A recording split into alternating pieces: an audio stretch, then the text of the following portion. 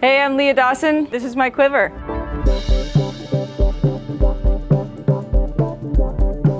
We will start with one of my most favorite possessions. It's the last board that Donald Takayama made for me before he passed away. He's like, I made it pink so the boys could see you in the barrel. It was the last conversation I got to have with Donald, and he gave it to me. I was just thinking about it today as I drove past his old shop. I don't have any footage of me riding on it, but I've had my boyfriend Alex Lopez, remake the board a couple times for me. We've done a couple different renditions because I sometimes am hard on boards and the thing got demolished the first one we did, so we made a couple versions of it, and I really love the board. It's a kind of an old school late 1970s shortboard that Donald said he used to make the boys on the North Shore in the late 70s and early 80s. The first day I ever rode it, actually I got to share a session.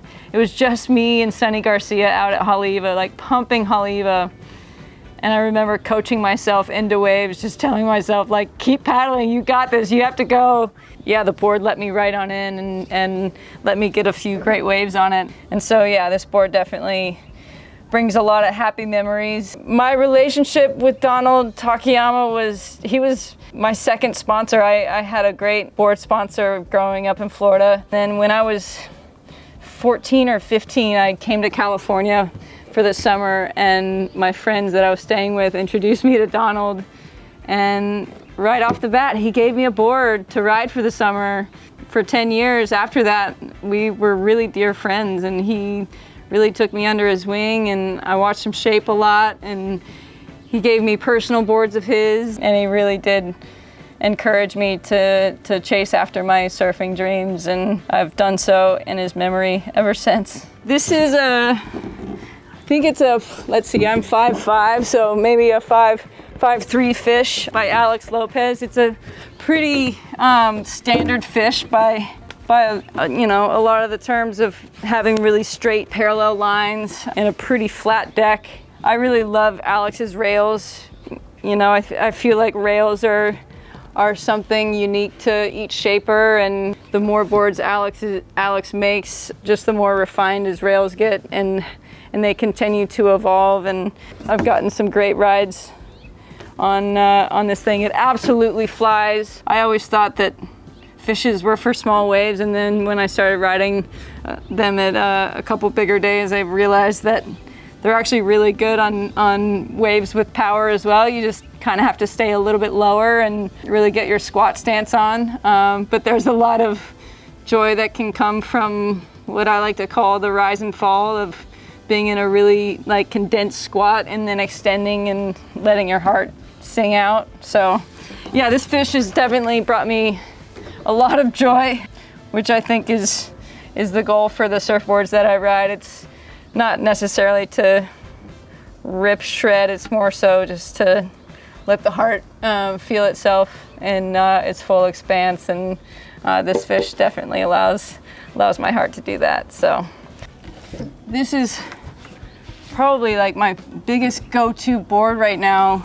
This is the Terra Twin model, kind of like the Terra Pin model of Alex's. That's the single fin, but it's a twin instead of a single fin, which having a twin fin with a pintail, there's a really cool feeling that comes from it, because you have the turnability, but also the speed of a twin fin, but also the hold of a pintail.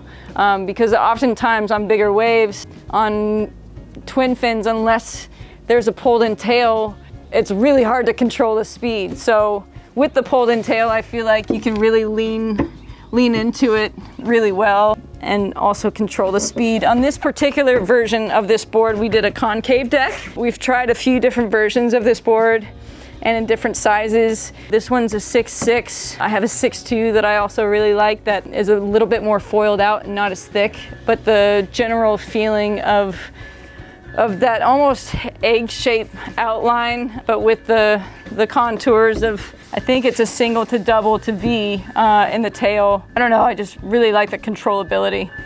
Yeah, this is definitely probably like my first go-to board from, you know, 2 feet to 10 feet, 12 feet.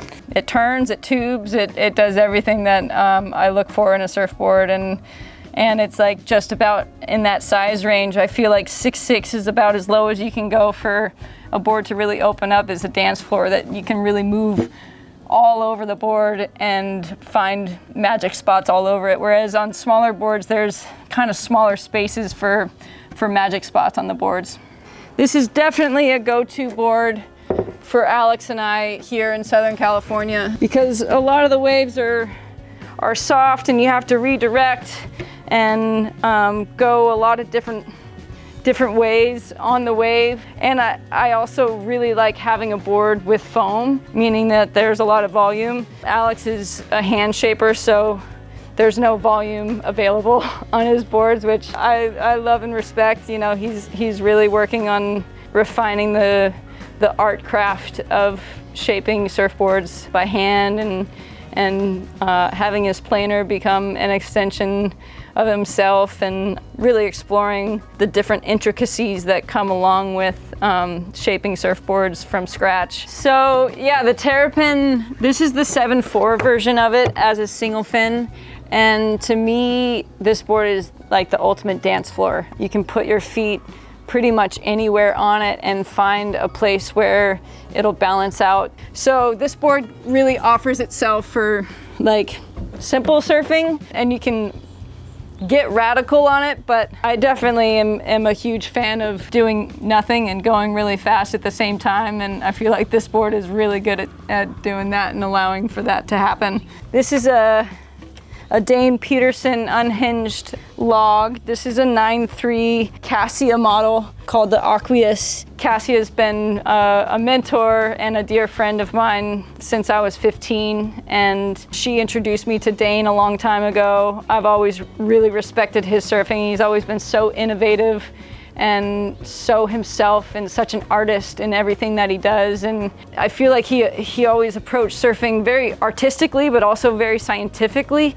He had a really cool understanding of how boards worked and how it applied to riding logs, and the different intricacies of rail tuck and contours on the bottom and slight adjustments of rocker. All of these things matter so much, and it's not just an outline of a board that makes a board work the way that it does. The rocker, the fin, the concave on the nose, the belly in the middle, the V in the tail, all of the things that go together to make a really great board work.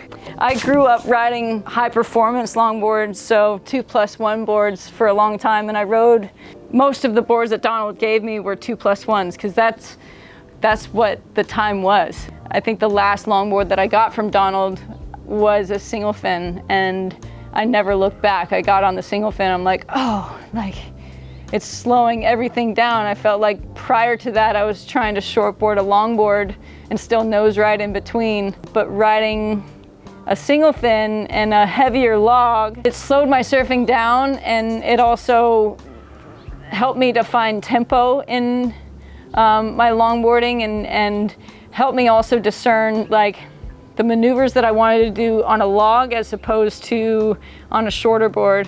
And I think that differentiation also is what led me to wanting to ride single fins and wanting to explore alternative surf craft. I didn't necessarily want to do a roundhouse cutback on a longboard anymore, and I definitely still want to hang 10, but there was so much space in between those two things that I wanted to continue to explore that alternative craft does. But I got real into riding longer logs in like the 9.5, 9.6, even up to like 10.0s for a long time, which really helped me learn spacing and timing with footwork and to take smaller steps.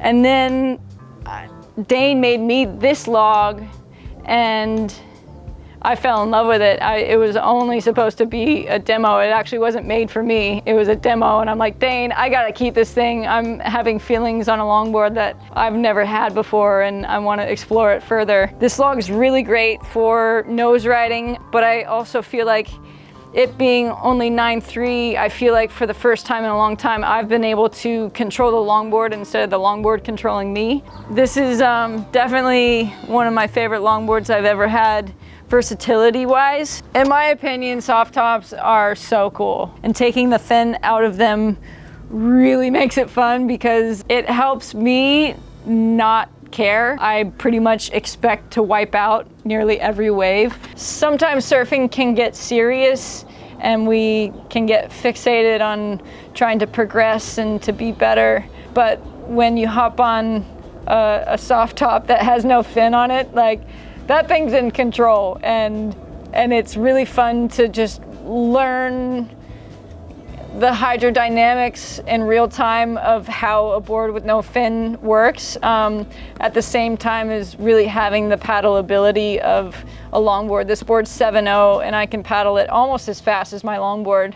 88 also makes like a 6.0 version, also an 8.0 and a 9.0 version, and all of the different sizes, depending on how big you are, will respond in a different way. So I usually generally will ride a 7.0 version of the soft top because I feel like I have control over the board, whereas if I go higher in size, I feel like I have less control. So if there's any kind of power in the waves, I feel like I can't necessarily control the board as much as I want to. I usually gravitate towards riding 88s when I just want to have fun and not think about surfing, go out there and just feel the feeling of gliding and press the reset button. If I'm getting too serious, it is the fastest way I know how to remind myself why I surf, and that's to have fun.